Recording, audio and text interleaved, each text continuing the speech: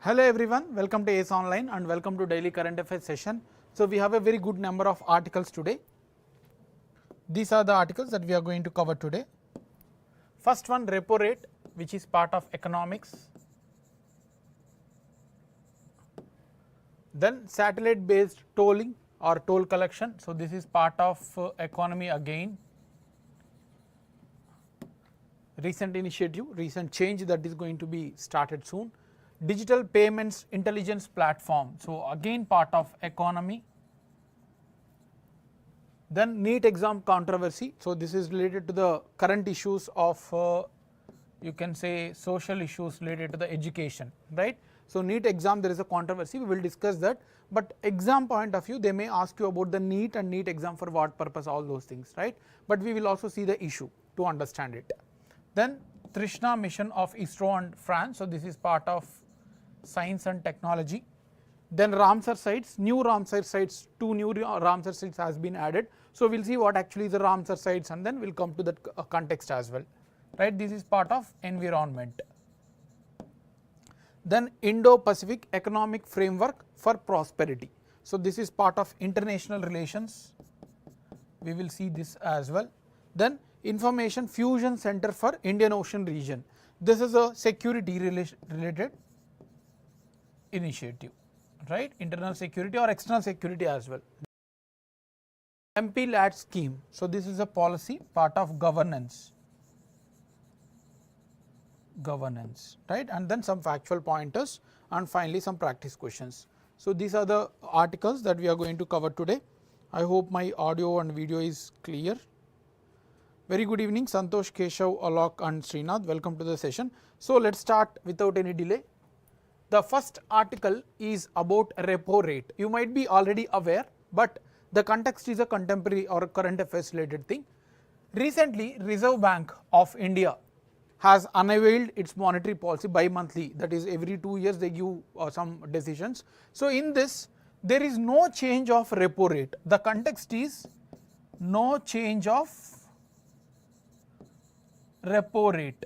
This is the context. The RBI has not changed any repo rate. So we will see why they haven't changed, right, since many months why they haven't changed, we will see the reason. But before that, briefly let us understand what actually is a repo rate. These are banks, we have discussed many times, but anyway a few students might be joining new, so we will discuss that as well before going into the context. These are banks and this is RBI, right. So banks, like how they give money to the public, corporates in terms of loans, banks also require certain amount. For example, they have 100 crore money and they have given 99 crore already in terms of loans and all, they have given it to the public, right. Now the banks still need money, again they want to give to loan someone else because they may get the more interest. So as whenever there is a requirement for the banks to get money, they will reach out to the RBI. They will reach out to the RBI to ask for money, right. So like how, if you want to take any loan, if you want to take a home loan, you need to keep the papers of your home in the bank, then only they will give you the loans, like some surety. Similarly, banks, whatever, whenever they want money from RBI, they give bonds, GSACs or whatever, like bonds which are having the banks, they are the assets of the bank, they have bought from somewhere else. So these bonds has to be given to the RBI and then RBI will give money to the banks, right. So government securities they are pledging and RBI gives money to the banks. When RBI is giving the money to the banks, they will ask some interest rate, right. If you are taking, if you are giving some money to your some business for any other person, you will be asking certain amount of interest, 10%, 5% based on the relation or whatever the condition, right. You need to collect some interest so that you are benefiting from the loan that you are giving to someone else. Similarly, RBI is giving money to the banks, but they will collect some interest rate, right. So some interest rate will be collected from those money which RBI is giving to the banks. This interest rate is called as repo rate. This interest rate is called as repo rate, right. So once the banks gets, like for 1 year they will bring money from RBI with the 10% repo rate or whatever, like interest kept condition by the RBI, and then after 1 year they need to pay back, the money that they have taken from RBI along with the repo rate, the interest 10%. For example, they have taken 10 crore from RBI, the banks has taken 10 crore from RBI. So 10% interest after 1 year, so they need to pay 11 crore back to the RBI, right? So now tell me, yes, correct Sahana. Now tell me this question that I am asking you. If the repo rate is higher, if the repo rate charged by RBI is higher, will the banks ready to take money or will they wait for the lesser repo rate? What is the condition? Say for example, repo rate was earlier 5%, now RBI has increased it for 10%. Will banks take more money from RBI or they won't take?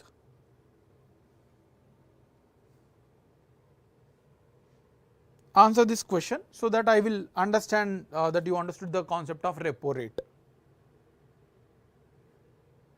If there is an increased repo rate by the RBI, will the banks take money from RBI or will search for some other markets? Yes, correct Ramanjanelu, they won't take, they will wait or they may search for other markets, like from other sources they may search, they won't take here.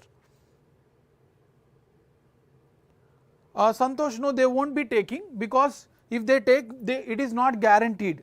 Say for example, they have taken 10 crore money from RBI with a higher repo rate, and if there is no source where they can charge, like people are not ready to take any money, so these banks will take money and public are not ready to take any loans. So this burden will be on the banks. That's why banks will not take risk, right? In general case, they won't take any loans. As the repo rate increases, the demand for banks from the RBI will reduce. So that means all the money is hold in RBI, right? So the flow of money into the market, as the banks did not take any loans, this is market, like whatever we are consuming and all, loans and all.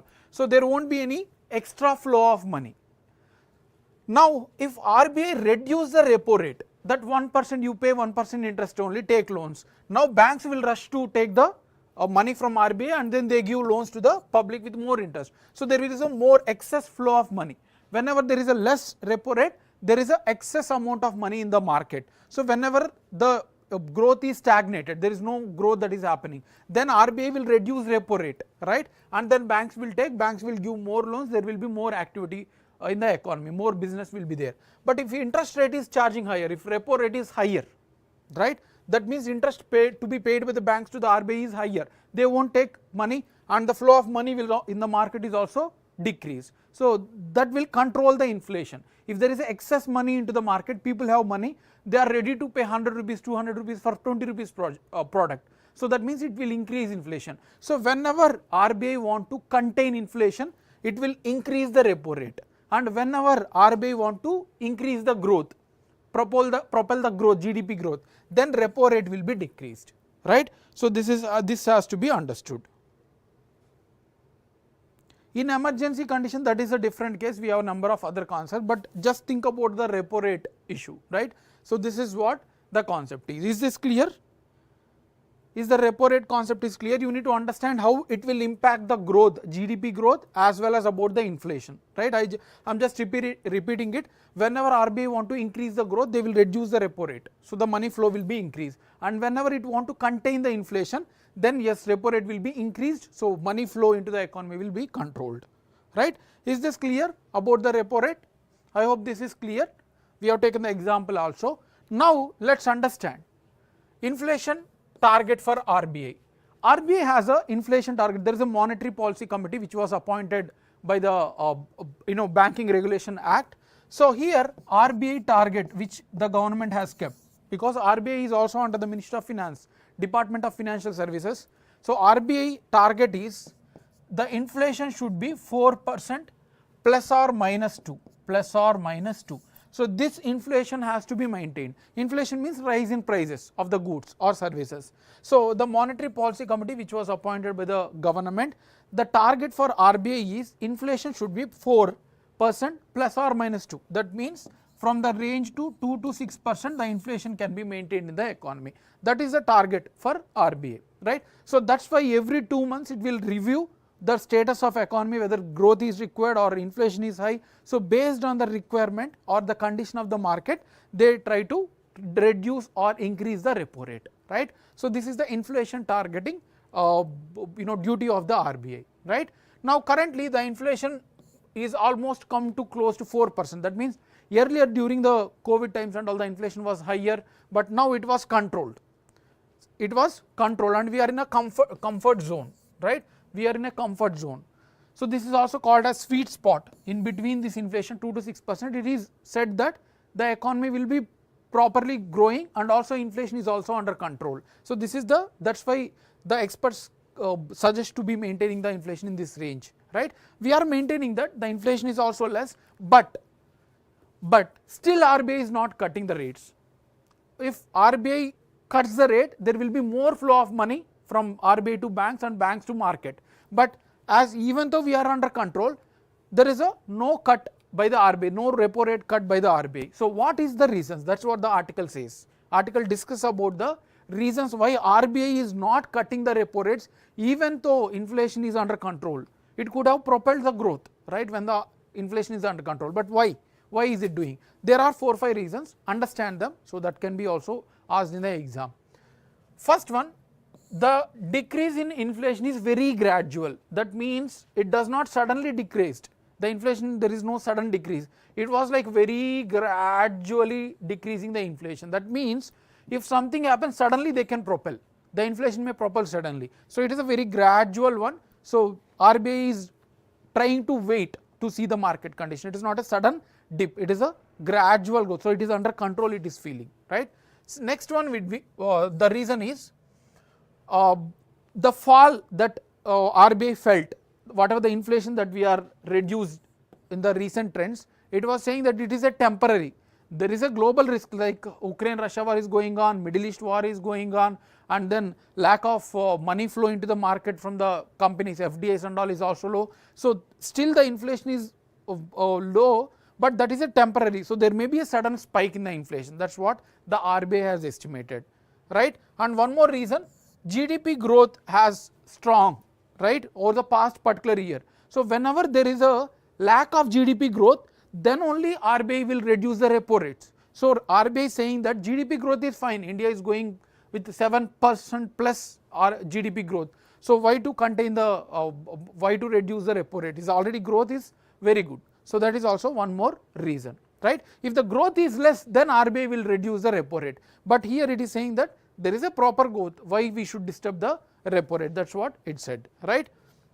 Also, yes, the same condition, repo rate is no effect on the GDP growth, it says, right. So this is what the reasons what RBI has said, right. Great, yeah. So this is what happened. That's why the reason. So just to know these things, we have understood the the impact of repo rate, all these things. Just to know why RBI is still waiting for it. It is not reducing because of these 4 reasons, right. I hope that is clear. Let's move to the next article. That is satellite based toll collection. Satellite based toll collection. We have discussed some 1.5 months back, but still again it is there in news. The context is National Highway Authority of India, NHAI, National Highway Authority of India has invited the expression of interest to implement the satellite based toll collection, right. We will understand what actually is a satellite based toll collection. Let's understand the present existing condition. Few years before, like before 2016, we used to pay the toll in terms of the cash. Like whenever you are passing through any of the toll plaza on the highways, you need to give the cash before 2016. But because of that, there were lot of delays, lot of waiting, congestion on the highways. That's why the government has introduced fast tags, a radio frequency tag with a unique identification code, right. You want to recharge it and then automatically you will enter into that. There is a reader, RFID reader, RFID tag reader is there, and it will deduct the cost and accordingly it will allow. But still, like it was launched in 2016. So because of this gate, because of the reading of radio frequency tags, there were again delays. There is a congestion also, right. So it is not only, it has reduced time, but still there is a congestion. And also understand, if you are passing through the toll plaza and your destination is here only, there is one more toll plaza here, right, and there are 2 vehicles, vehicle A and B. Your vehicle A, So you just need to cross this and you need to enter into this village. So you just need to travel 1 more kilometer, that's all, after crossing toll plaza. And this person B, the person B, village is here.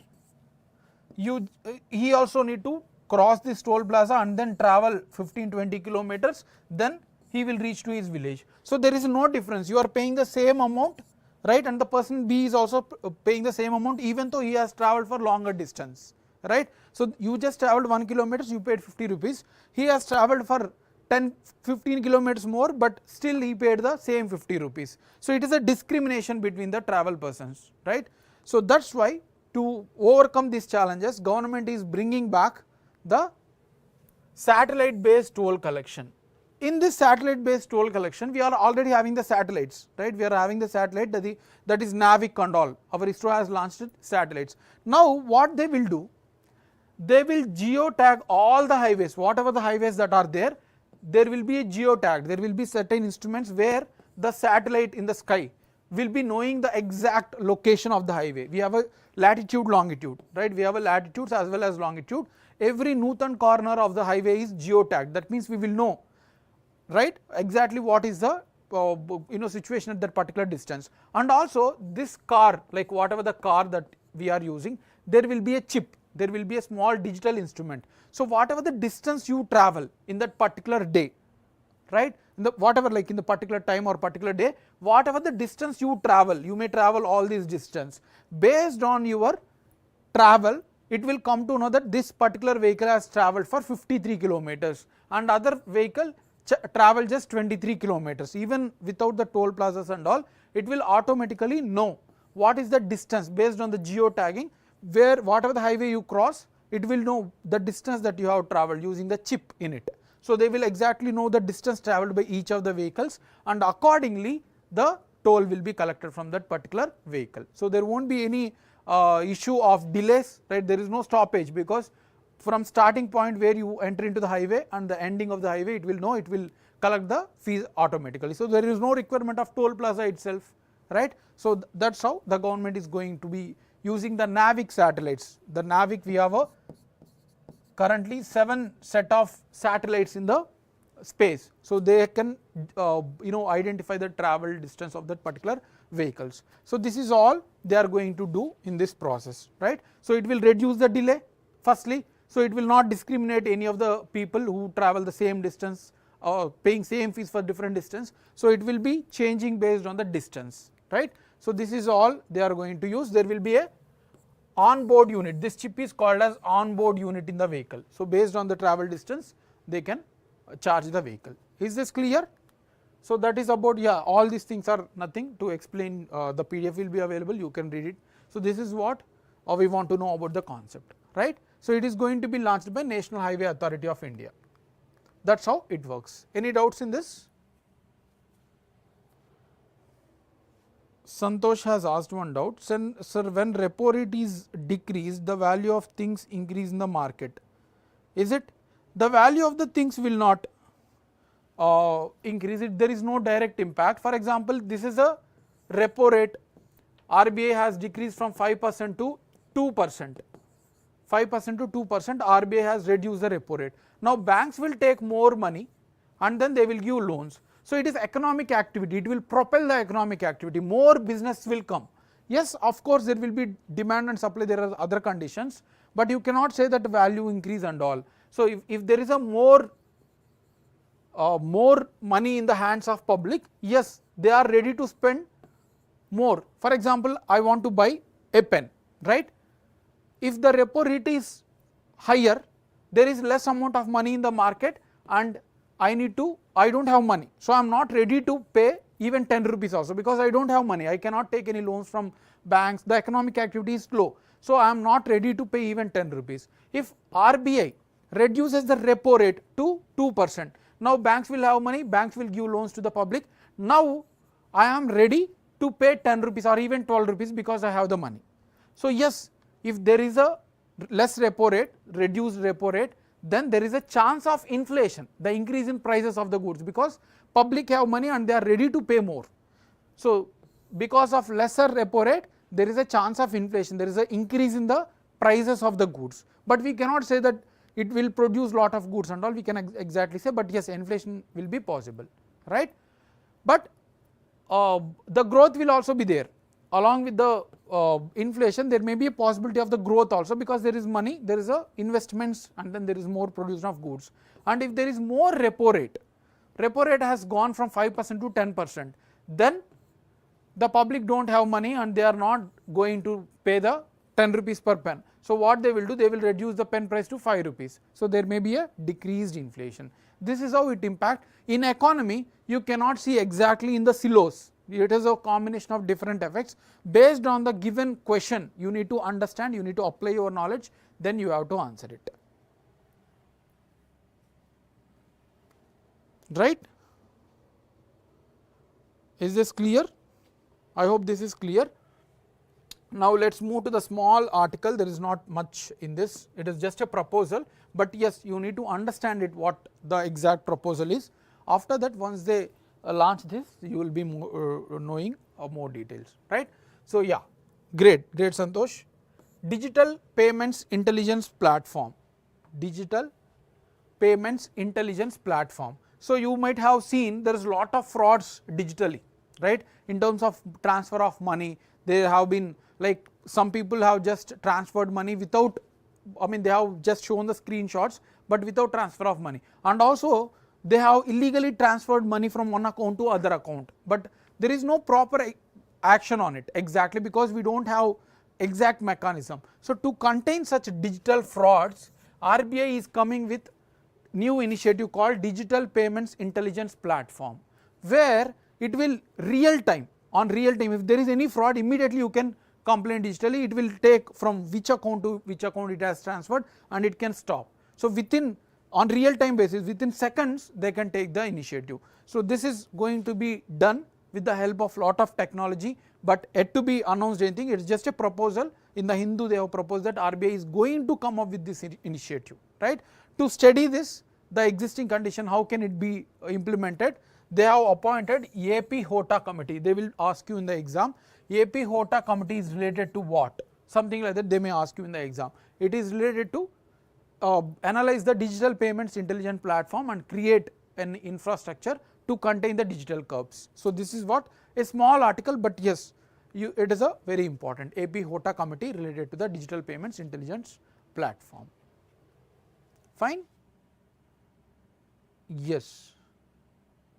Any doubts in this? If not, we will move to the next article, that is NEET exam controversy. You might have seen in many of the social media, there were students who are protesting and they have posted a lot of pics of their results, that some discrepancies has happened. Anyone? Have anyone seen this in news? Even if you are following Instagram, Facebook and all, you might have seen. Anyone have seen this controversy? No need to know about the details, we will know, but I hope you might have heard. Yes, Santosh, great. So we will discuss what is this issue and all, right. On June 4th, exactly on the result day of elections, when they are counting, parallelly National Testing Agency, which is an autonomous body under Ministry of Human Resource, has released the result of NEET, National Eligibility Cum Entrance Test. So full form is also important, National Eligibility Cum Entrance Test. They have released the result, but that is not the issue, the controversy. Before seeing what has happened, what is the controversy, let us understand what actually is a NEET exam, right. In 2012, Indian Medical Council of India as well as Dental Council of India, two bodies which are related to the medical, they have introduced a common test called as NEET, National Eligibility Cum Entrance Test. So common test for the medical examination, these two bodies together has announced it, right. Later they have created this statutorily, that means in the act itself, Indian Medical Council Act itself, they have mentioned that anyone who want to take medical education, they have to clear the NEET.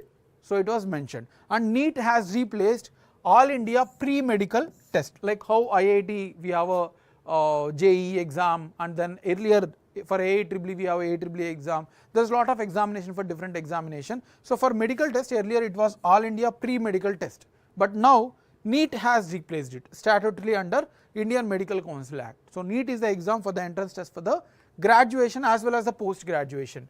Any graduate who want to take into the medical stream or postgraduate after his or her graduation, they have to clear the NEET. It is a mandatory for all the exams except like AIMS, PGMIR, JIPMER. So there are certain exams which are having separate, the universities conduct they themselves, right. Apart from that, if any government college if you want to enter, if any private college you want to enter, one need to clear the NEET exam. It is mandatory except for few things, right. And this is conducted by National Testing Agency, which was created autonomously. That means government influence will not be there, but it was kept under Ministry of Human Resource. This agency will be conducting the NEET exam, right. Every year or twice in a year it is being conducted, right. So it was created to conduct entrance, this National Testing Agency. It is not just about the NEET. This National Testing Agency will be conducting exams for different streams like higher education, whatever, JEE, there are different examinations which are conducted by the NET, right. So NEET exam is conducted in 11 languages. It is not just about English and Hindi, it is conducted in the regional languages as well. Statement based questions may be asked in the exam. In 11 languages they are conducting the exam, right. And medical colleges of that particular state, for example, a medical college is there in Telangana, right, and 85% of the seats of this college, whatever the college is within Telangana, will be going to the local Telangana people, and only 15% of seats are reserved for the outsiders, right. 85% of the NEET seats will go to the natives of that particular state, and rest of the 15% will be open for anyone, right, outsiders also who are not part of Telangana, right. So this is what happening. Now what is the controversy? What has happened with this NEET exam? The results has got released, but 67 people have scored out, 720 out of 720, 67 people. Last year only 2 people, last before that 1 person, then only 2-3 people were able to get the out, right. But this time 67 people have got the first rank and they got 720 out of 720, right. And in such type of difficult exams, it is a very difficult for those to clear with the 720 out of 720. Okay, for example, let it be the person is very expertise. So only for 1 or 2 students it should come, but 67 people have scored 720 out of 720 and never it has happened, right. And after that there is no scores in 717, 718 and 719. There is no scores. Is that possible? Like if there is a competition, it should be like for every mark there will be certain amount of students, but there are no students in this range 718, 719, 720, 770, 718, 719, right. So this was also questioned by the students, and also certain petitions has filed that there was a paper leak, especially in the Bihar state.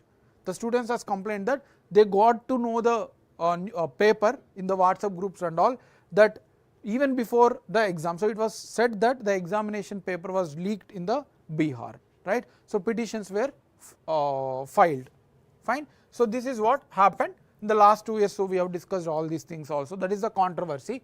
Now what was the response from National Testing Agency? They said that this year the people who have, the students who has attended for NEET exam is 3 lakhs more than last year. So that's why there is a more toppers. This is a very illogical statement, I would say personally. So 3 lakh more students, even though 3 lakh more students has applied, but scoring out for 67 students is very difficult, right. So this is what they have given the reason. And also one more reason they have given is the paper this year is very easy saying. So they are saying that the paper comparatively last year the paper was easy, they are saying, right. So even that is also not very rationally to believe, because some discrepancies may be happened, right. We have to see what will happen in the future, what the courts will say. Also the scores for 6 students has been increased because of the loss of time, because of the discrepancy at the local time, that they have given less amount of time, the bell ringing, all those things, discrepancies, they have increased the score for 6 students, that is what they said, right. And then they have rejected any leak of paper. There is no leakage of paper, so we are categorically delaying it, right. So this is what their response. We have to see what the courts will say and all, fine. So this is what happened. Yes, correct, Santosh. So this is what happened. So this is seems to be not believable. We have to see what actually the courts will say, right. Next one, Trishna mission. Trishna mission, right. Very important. You will see this in the exams for sure as part of science and technology. The context is ISRO recently has announced Indo-France thermal imaging mission. So this thermal imaging mission is going to be done by the India and France, right. India and France together. Let us understand more about the Trishna mission. Full form is also important, you need to remember. Thermal infrared range imaging satellite for high resolution of natural resources assessment.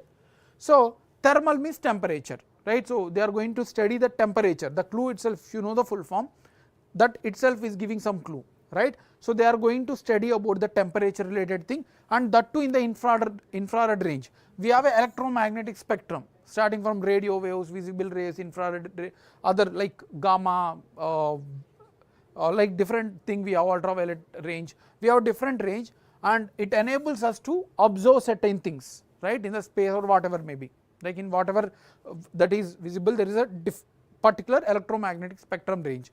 Now this is going to observe in infrared range. This satellite which we are going to launch will be observing in infrared range, and what it is going to observe, it is going to study the temperature, right. So what temperature and all we will see, fine. So this is the mission, full form is important, and that is going to assess the natural resources, especially of water, fine. So this is a collaborative mission between ISRO and CNES. So France Space Agency is called as CNES, right. So these two organizations together are coming it. And what is the aim? The aim is to observe the surface temperature of the water. So temperature is the main driven force of the changes on earth. For example, if there is a low pressure and if there is a high pressure, all the particles are close. So wind will move towards the low pressure zone, because of the temperature only it is happening. Because of temperature only there is a evaporation, there is a evapotranspiration from the plants. So temperature is the driving force for any changes on the earth, main driving force, right. Even rainfall is caused by the temperature itself. So that's why they are going to identify the temperature in different water systems. Based on that we will come to know what is the oxygen percentage in that particular pond or in that particular water body, and then accordingly they will study the climate changes also, right. So they are going to monitor for that particular thing. We have different instruments which we can observe the temperatures. The technologies are not very requirement for us, they are very complex, right. So it is going to study the water on the earth surface in different regions, right. So this will be knowing the changes in the water quality also. So we will come to know about the water pollution in that particular pond also based on the temperature. If there is a normal temperature, so that means it is in a good health. If there is a higher temperature, it means that their dissolved oxygen is less, right. So this is lot of other changes may be happen, and that may threat to the livelihood, the whatever bioorganisms in that water body may be affected. So that is the objective, right. And this satellite will be launched in the sun synchronous. So this is Earth, this is geosynchronous orbit, right, and this is a polar satellite where the satellite will vertically revolve around the earth. So this is placed, the satellite is going to be placed in the sun synchronous orbit, right. So and then they are going to collect the data related to the temperature. It will be operated for 5 years. It is going to be operated for 5 years as of now.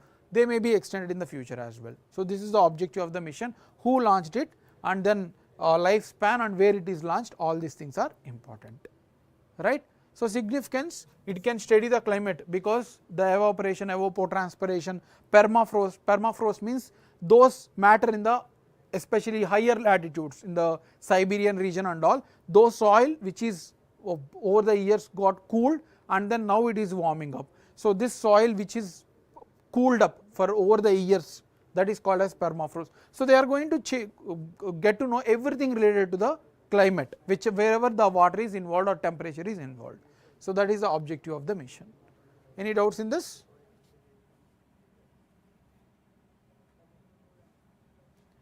Yeah.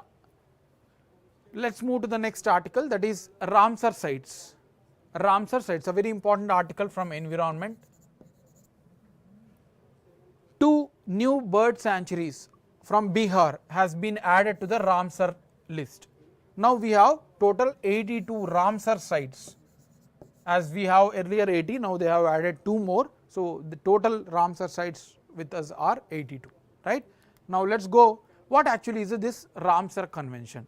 Before that, let us understand the wetlands. Wetland, any land area which enables to preserve or attract water, those lands are called as wetlands. So very simple, any land which can store water for certain period, those are called as wetlands. And we have lakes, ponds, rivers, right, estuaries, we have a number of such things, different wetlands, even agriculture fields are also a wetlands, right. Those wetlands are very, very important in terms of giving livelihood for the plant species as well as animal species, bird species. Similarly, it will also conserve the ecosystems in that region, right. So we have seen, because of the climate change, we have because of man-made involvement in the climate, there is a lot of changes that has happened in the wetlands. So that's why all the countries together, they have come, they have met in Ramsar, a city in Iran, in 1971. In 1971, all the countries met in the Ramsar city in the Iran, and they have signed an agreement that we are going to protect the wetlands across the globe, right. So this is called as the Ramsar Convention, but it came to effect from, it entered into force from 1975. Okay.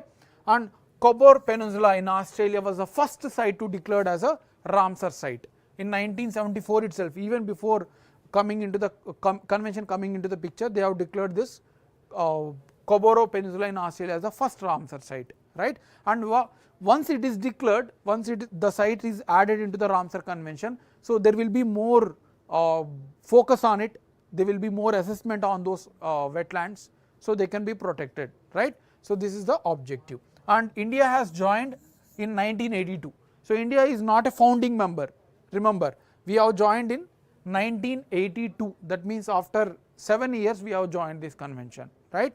So it is also called as Convention on Wetlands. Ramsar Convention or Convention on Wetlands are same thing, right. And this is the first convention in the world to have exclusively to protect specific ecosystems, that is wetland, right. Under the Ramsar Convention, we have 3 pillars, like how we are going to protect that wetland. First one is wise use, that means we need to use whatever it is required, beyond that we should not use. So it should be used wisely based on the requirement. Then list of wetlands for international importance, that means any wetlands in that particular country, it feel that it is important for the whole ecosystem or whole world, then that will be listed as a Ramsar list, Ramsar site, right.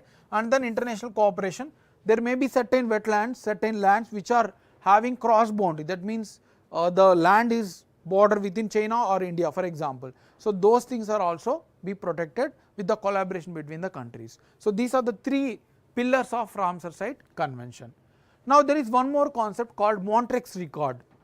Montreux Record, this was not launched immediately, that is 1975 or that, it was launched in 1996, Brisbane. Whatever the wetlands which are highly threatened or which are likely to be threatened, and also they are important for the ecosystem. If the convention, Ramsar Convention, feel that this wetland is more important but is being threatened, then they may be added to this specifically from the Ramsar site list itself, they may add into the Montreux Record, right. So they are going to be highly prioritized to protect them, right.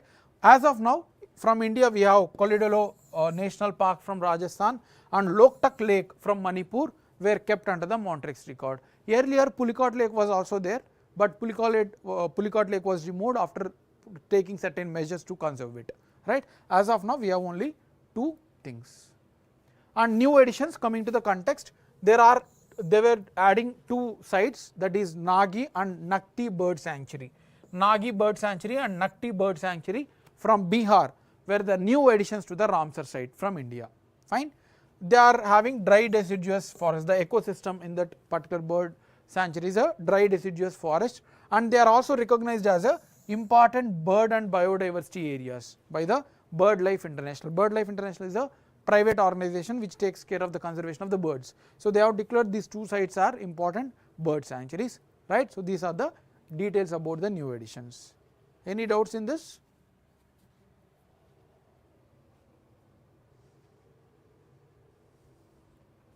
Okay, let us move to the next article, that is Indo-Pacific Economic Framework. You might be aware, let me draw the world map also, even though it is not very good. Okay, so this is India and this is Asia, fine. So this is Indian Ocean and then this is Indian Ocean, and from here we have a Pacific Ocean. So Indian Ocean as well as Pacific Ocean has a connection. Here we have the whole Pacific Ocean and then America, Canada, all those things, North American continent, South American continent. So all this is a Pacific Ocean, right, and then here we have Indian Ocean. So Indo-Pacific, that means connection between India and Pacific Ocean, there is a connection. This region is a very important for security as well as a trade, especially trade, right. India has, the context is India has attended Indo-Pacific Economic Framework for Prosperity ministerial meeting. Recently India has attended this ministerial meeting, that is why it is there in news, right. Now let us understand what actually is a Indo-Pacific Economic Framework for Prosperity. So this is a agreement, not mandatory, it is not a free trade agreement, it is just that the countries in this region will collaborate each other and enables the easy trade from transfer of goods from one region to other region. For example, Australia has huge amount of milk and animal products. So these countries in the other countries in this region required milk and animal products because of local failure in that country and all. So immediately these two countries will sign, and whatever Australia have excess they will immediately send to that country. So among these countries they are going to collaborate in a such a way that it will increase the prosperity of the region. It will benefit Australia as well as the other region which require. So it is like a collaboration between the countries to promote the economic trade and increase the prosperity of those countries, right. So that is the objective. It was launched in May 2022 and India is a founding member of this agreement. India has joined in the beginning itself, May 2022, and these are the countries. Currently we have 14 countries. This is also important. India, Australia, so almost Indo-Pacific region are there. Just observe that China is not part, Pakistan is not part, right. China, Pakistan, which are enemy countries to us, they are not part of this agreement. Almost all other are there: India, Australia, Japan, Thailand, Singapore, Philippines, Malaysia, Vietnam, United States, New Zealand, Indonesia, Korea, Brunei, then Fiji. So almost all the countries are there except China and Pakistan, right. So these are the member countries, 14 are there. Yeah, objective is not only about trade, to promote the competitiveness, economic growth, GDP growth, all these things are the sub components of this agreement, right. It is not a free trade agreement, rather it is just a promoting the trade. Free trade agreements means there will be no duties or taxes imposed on one among the countries, but here there is no such restriction. They can impose duties and all, but yes, based on the requirement, when then and there they will cooperate each other, right. So there are 4 pillars of this agreement. One is supply chain resilience. Supply chain means we have seen from starting from the production of good till reaching to the consumer, it required processing, storage, transport. So everything, this connection of supply chain should not be affected. That is the objective of this. So even during the critical conditions like COVID, these supply chains will not be harmed. That is the objective. You all know during COVID times, China has banned export of certain goods which were many of the countries were depending, like bandage, masks and all. So that has been affected many countries. So to contain such situation, supply chain resilience was made part of this. Then clean energy, decarbonization, infrastructure, all these things are also part of it. Taxation and anti-corruption, no corruption should be there. Fair and resilient trade. So these all are the 4 pillars of this agreement. Now yesterday as they have met, we have seen the context that India has become part of this, India have attended this ministerial meeting. They have launched certain initiatives. That is also important. They will ask you under which clean economy agreement was signed, under which organization they will ask you. It is nothing but Indo-Pacific Economic Framework. It is not World Bank or something like that.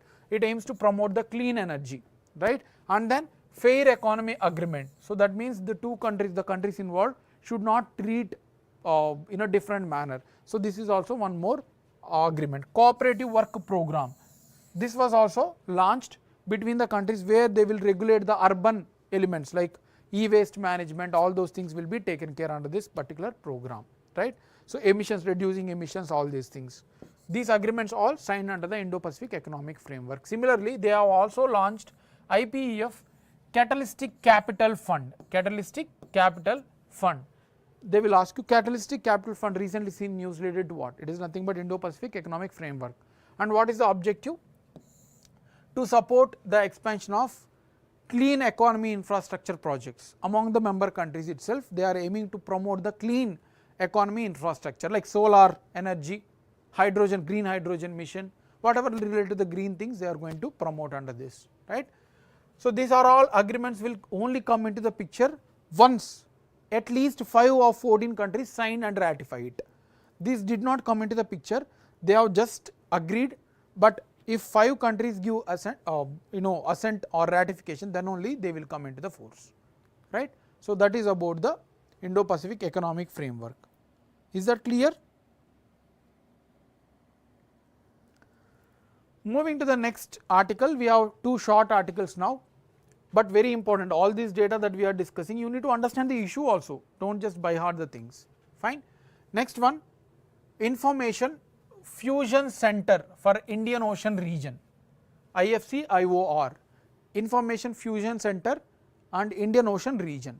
The context is delegation of Royal Navy of Oman, which is part of Arabian Peninsula, has visited the IFC IOR center in Gurgaon. So, it is located in Gurgaon, Haryana. They will ask you this also. Gurgaon is located in Haryana and this center is located in Gurgaon, Haryana, right. Now, let us understand what actually this is. You need to understand the map as well. So, this is Africa, and then this is India, this is Arabian Peninsula, right, and then here it is Australia. So, all this is a Indian Ocean region. In this region, there is a huge amount of piracy, right, sea piracy. Many of the sea pirates travel and then they capture the ships illegally and all. So, to share the information, to enhance the security, maritime security in this region, the countries of Indian Ocean region has come together and they have established this Indian Fusion Center, right. And for Indian Ocean region, this was launched at Gurgaon. In Gurgaon, we are already having a Information Management and Analysis Center related to the maritime security, security in the ocean. So, under this only they have launched. This was launched in December 2018. The year is also important.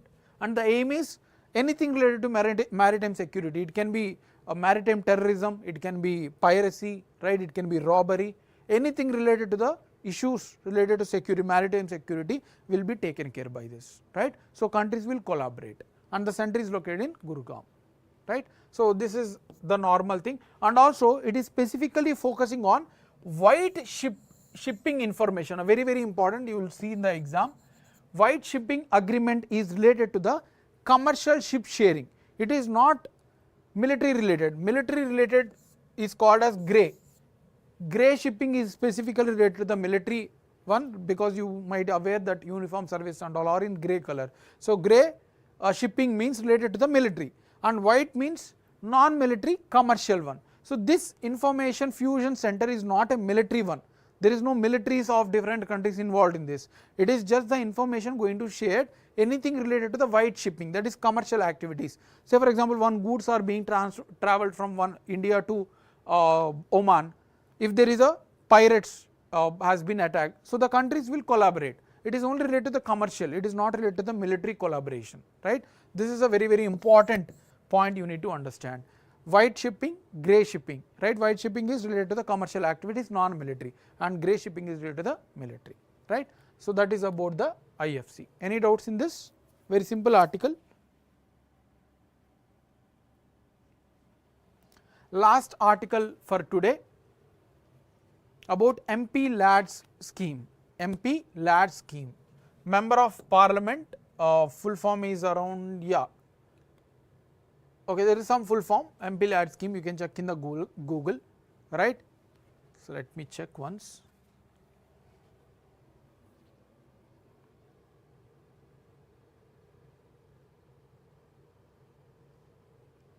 Local development scheme, local area development scheme. MP LAD means Member of Parliament Local Area Development Scheme, local area development, right. So, the name itself is giving some clue. So, full form is also important for us to remember. Member of Parliament Local Area Development Scheme. The context is why it is there in news. The Delhi High Court said that Chief Information Commissioner once when the RTA Act was launched in 2005, Chief Information Commissioner was also appointed, where if you ask any information from the government, they have to give, right. So, Delhi High Court said that you do not have any power to not give information related to the MP-led scheme. Any citizen of India can know how much funds are spent, where it was spent, everything has to be known to the public. You cannot reject the information. That is what the Delhi High Court says. There was a previous question from UPSC also in 2020 Civil Service Prelims. We will see the question as well. Understand it. Remember the facts also. This is very important. About MP-led scheme, it is a central sector scheme. Central sector means 100% funded by the central government. There is no requirement of the state government involved. So, it was launched in 1993-94, right. The scheme aims to enable, like for every member, we have a MPs, both Rajya Sabha and Lok Sabha as well. In Lok Sabha we have 543 and in Rajya Sabha we have 245 approximately. Each MP, member of parliament, will be given allocated with the 5 crore. 5 crore is not directly given to MP, it is just that they will have a 5 crore, and wherever they want to spend for whatever the activities at the local level, they can spend only in their constituency for any people. Those 5 crores will be given directly to the authorities to spend. For example, I am an MP from say for example Secunderabad. In the Secunderabad constituency, if I want to do some activities, I can request the Ministry of Statistics. It is under not Ministry of Finance, rather it is under Ministry of Statistics. So, I will consult with the local collector and they will say that I wish to spend here. So, these funds will be directly released to the local authority without even transferring to me, right. It is directly given. Once I select the project, the local authorities will propose and the funds will be released and this activity can be taken place. It is like giving some discretion or giving some powers for the MP to take certain advanced developmental activities in his constituency, right. So, this is the objective of the scheme, right. Very important to generate or to develop the local area in his constituency, right.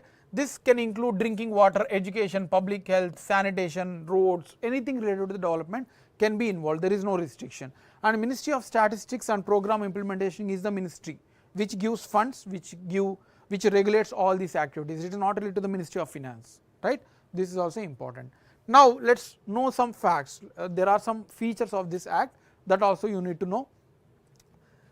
This is released 5 crores. So, we have seen already.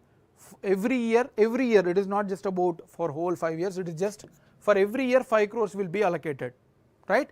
And Lok Sabha members, they have to spend only in their constituency. For example, I am from Secunderabad constituency, I am an MP of Secunderabad constituency, I cannot spend in other constituencies. There is an exemption, we will see that also, but yes, I have to spend only within my constituency.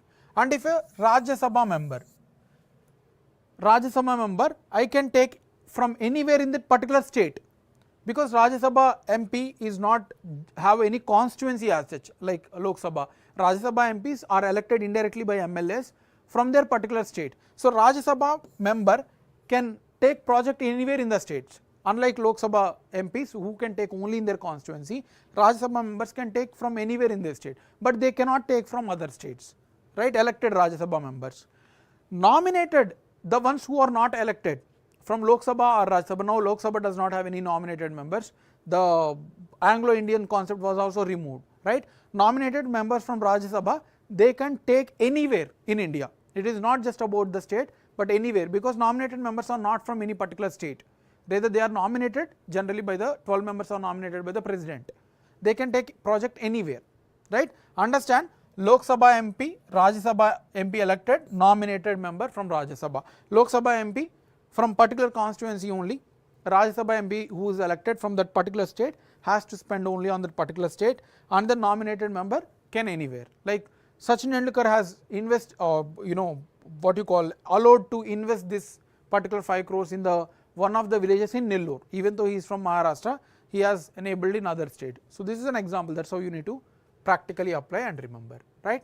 So, this is about the thing. And there is one exemption, if they wishes to spend some money in out of their constituency up to 25 lakhs, out of the 5 crore, the 25 lakh in that particular year can spend beyond their limits, like Lok Sabha MP can go beyond their constituency, Rajya Sabha member can go beyond their state, so up to 25 lakhs only, beyond that they cannot spend. That is one thing. And out of total 5 crore, at least 15% of the funds has to support scheduled cash. 15% of the 5 crores funds they have to spend, which is directly or indirectly benefiting the scheduled cash, and 7.5% of the funds should given to the ST population, scheduled tribes, from the total 5 crore. So this is also important fact, right. As I said, MPs directly will not release, they will not get any 5 crore amount. It is directly, once they decide, once they give suggestion, the funds are directly given to the local authorities, and these are released in the 2 installments. Not all the 5 crores are released at a time, 2.5 crore at once, and the next in term 2.5 crore. So that is about the MP LAD scheme. Any doubts in this?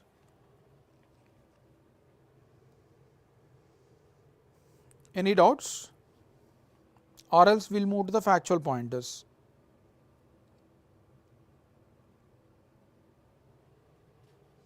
I hope that is clear. Okay. Let us move to the factual pointers. A report was released titled State of Ocean Report. Reports, we have seen lot of reports. Every month we will see around 8 to 10 reports, and you will see 1 or 2 questions from the reports. Try to remember, try to compile them. See, whenever you are making notes, you need to make notes in such a way that you are dividing the things. All the reports at one go, all the sports news at one go, all the species, environmental species at one place. So at one place you need to keep, so that your mind will be able to recollect them, especially of the factual ones. Conceptual though, if you understand once, you can able to answer it, right. So State of Ocean Report was recently released by UNESCO on Old Ocean Day. Today we are celebrating Old Ocean Day, right. On this occasion they have released this report, fine.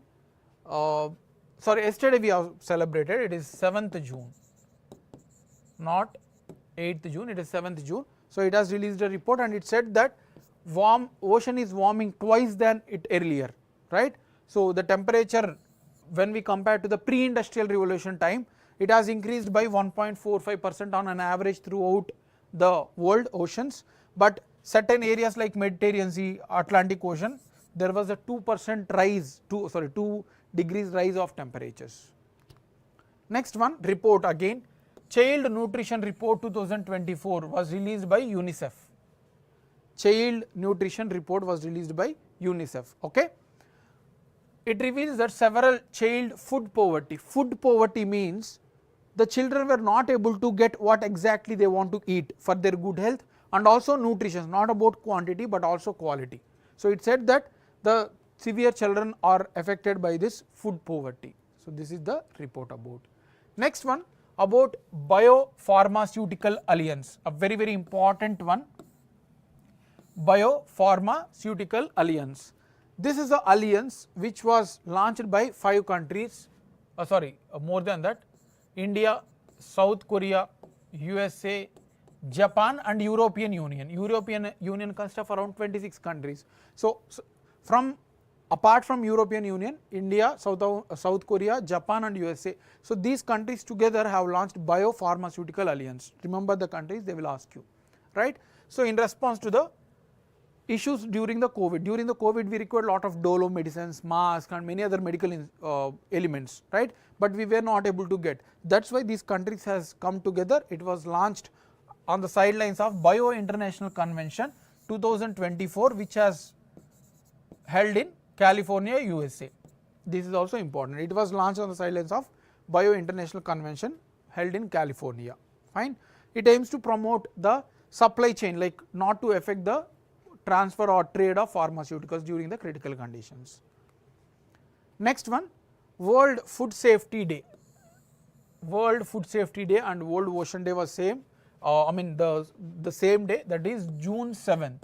It aims to promote the safe food consumption, importance of the safe food, right, and the theme is food safety, prepare for the unexpected. This is the theme. This is the theme of World Food Safety Day, right. So, this is about today's articles and data.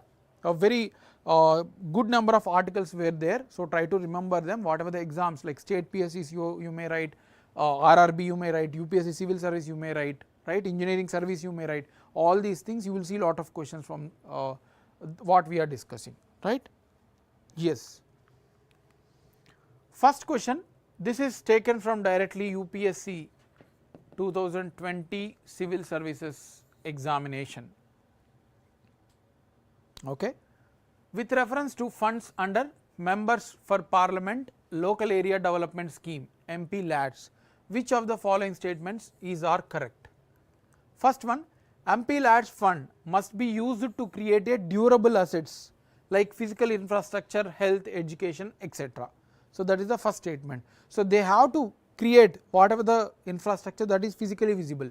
They cannot create the invisible infrastructure, and they may lead to the corrupt. So, this is the condition, first statement they have given. A specified portion of each of the MP fund must be spent on SC ST population. So, indirectly they are saying that certain amount of fund they have to spend on SCs and STs. So, that is the second statement. Third statement, MP LADS funds are sanctioned on a yearly basis and the unused funds cannot be carried forward to the next year. So, whatever the funds that are left, they will go back to the consolidated fund of India, they are saying. So, what is the answer for this? First one, yes, they have to create the durable infrastructure. Second one, yes, a portion 15% for SCs and a 7.5% for STs they have to spend. Third one, no, they are released in a twice, 2.5 crore, 2.5 crore.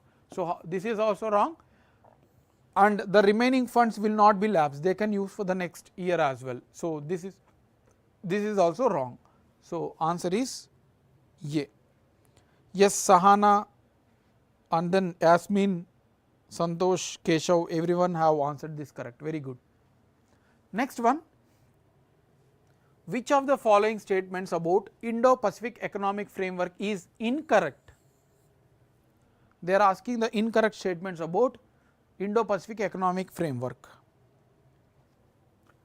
It is like a free trade agreement which involves reduction of tariffs on imports, exports made between the member countries. So, that is the first statement. It has 4 pillars and supply chain is one of the pillar of IPEF. It is launched to build economic integration in the Indo-Pacific region. India is part of the initiative. So, what is the wrong statement among them?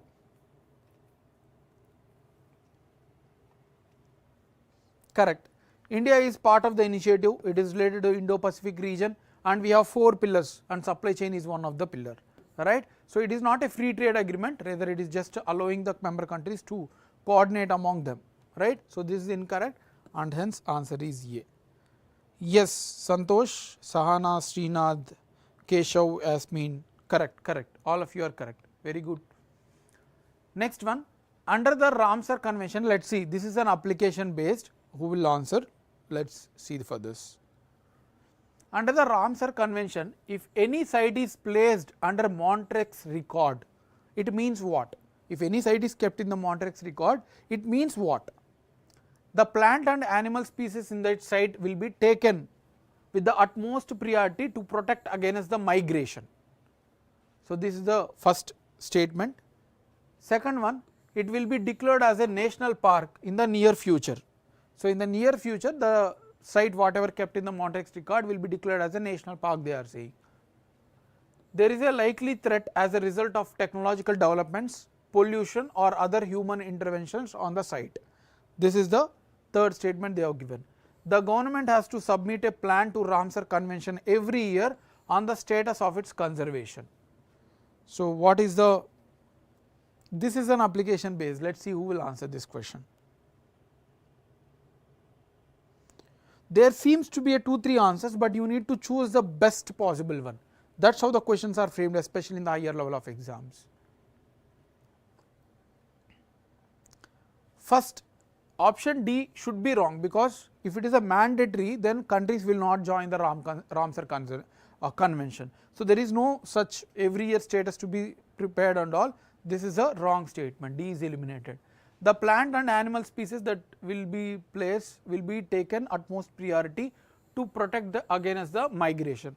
No, there is no such thing of specific, it is like a overall ecosystem. If that site is taken, all the ecosystem, it is, there is no specific measure to take migration of species and all, specifically there is no such thing, and it will not be declared as a national park, there is no mandatory at all.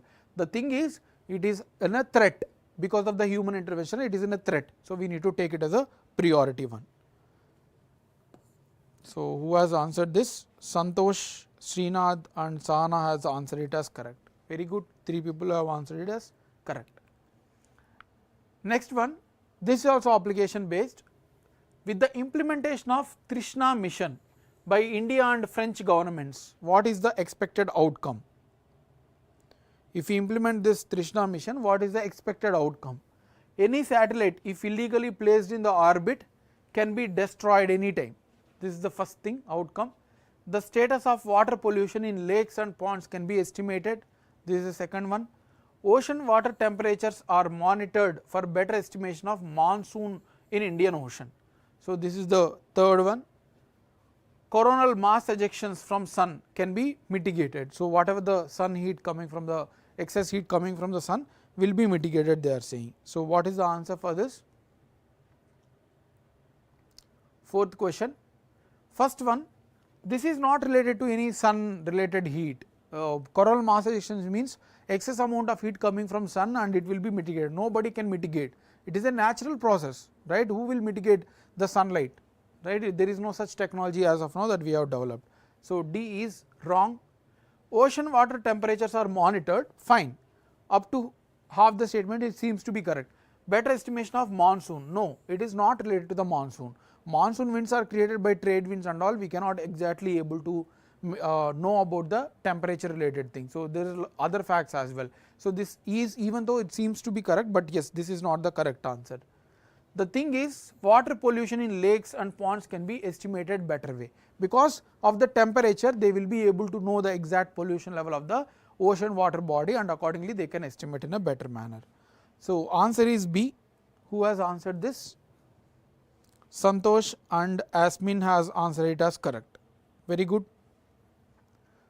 This is how application based questions confuse us, and you need to answer them when compared to the other students, you will be getting an edge. Last question for today. National Testing Agency was constituted under which ministry?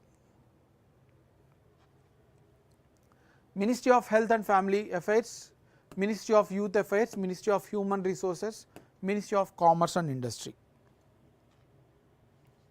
Very direct question, factual one.